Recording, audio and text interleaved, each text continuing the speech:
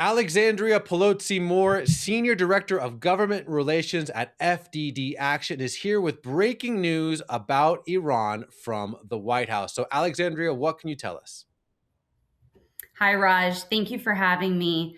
Last night, the president really just addressed the nation. And in that address, he warned in the State of the Union about Iran's missile and nuclear ambitions. And then this morning, not even 24 hours later, we wake up to the administration announcing that they're going to put sanctions, additional sanctions, on Iran, which targets Iran's illicit oil exports and a shadow fleets. And then it really is trying to go after the IRGC linked missile and weapons procurement networks.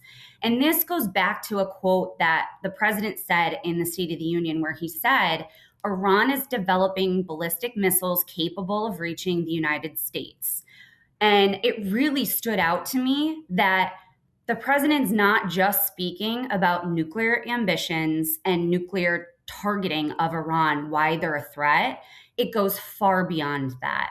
And so this morning, here we are with additional sanctions right before the president's team is going to try another round of diplomatic efforts. Well, Alexandria, there are many people I know who know more about what's going on in DC than you and what actually is meant when things are said from the White House or said from Congress. I want to play a quick clip from Trump last night in his State of the Union when he addressed the Iranian threat. Let's take a look. My preference is to solve this problem through diplomacy. But one thing is certain, I will never allow the world's #1 sponsor of terror, which they are by far, to have a nuclear weapon. Can't let that happen.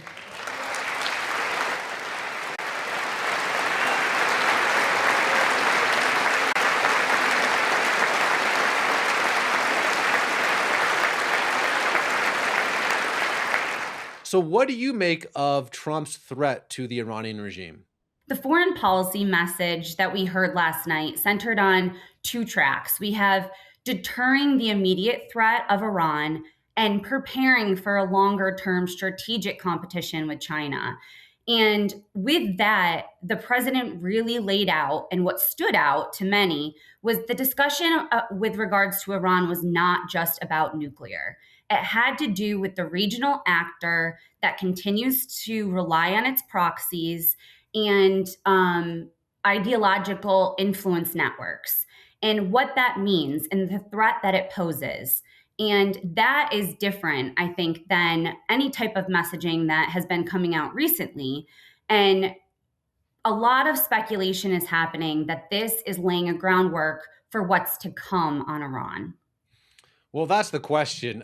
You have this breaking news about these sanctions against Iran, but I think for a lot of folks, it's like, okay, sanctions, more words at the State of the Union. I think a lot of folks are wondering, is there gonna be that breaking point when something actually happens? Now, obviously, you don't know what's gonna happen. I doubt that President Trump knows exactly what's gonna happen, when it's gonna happen. There's been suggestions that it might happen this weekend, and then nothing happens. So I don't think anyone truly knows exactly the plan. But do you see something escalating soon, or are these sanctions and these words coming out of the State of the Union more of the same? Like, where should the American people be looking? Hindsight is 2020. So I think if this question was posed a month ago, the answer would have been different. But we are seeing a small ramp up of sanctions coupled with moving our fleets into the Middle East and getting in position, as people would say. And there's a lot of speculation about what is transpiring, and we don't know the timing. But I think what is clear is that this threat is not going away. It's only getting worse. But we're seeing an international response to the protests, which really set everything off in December. And the mass killing that the regime carried out against its own people cannot be hid like it has been before.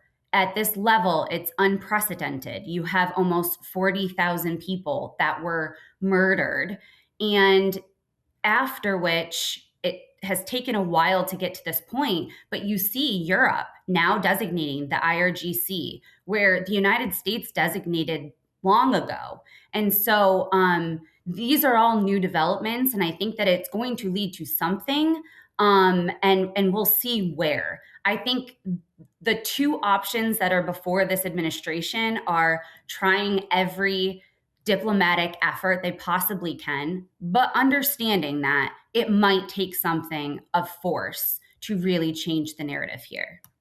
Well, Alexandria, my friend, thank you for your insight. You are our Washington D.C. insider. There's what's reported, and then there's what's actually happening. So I appreciate your insight and your wisdom, my friend. Thanks for coming on. Happy to be with you.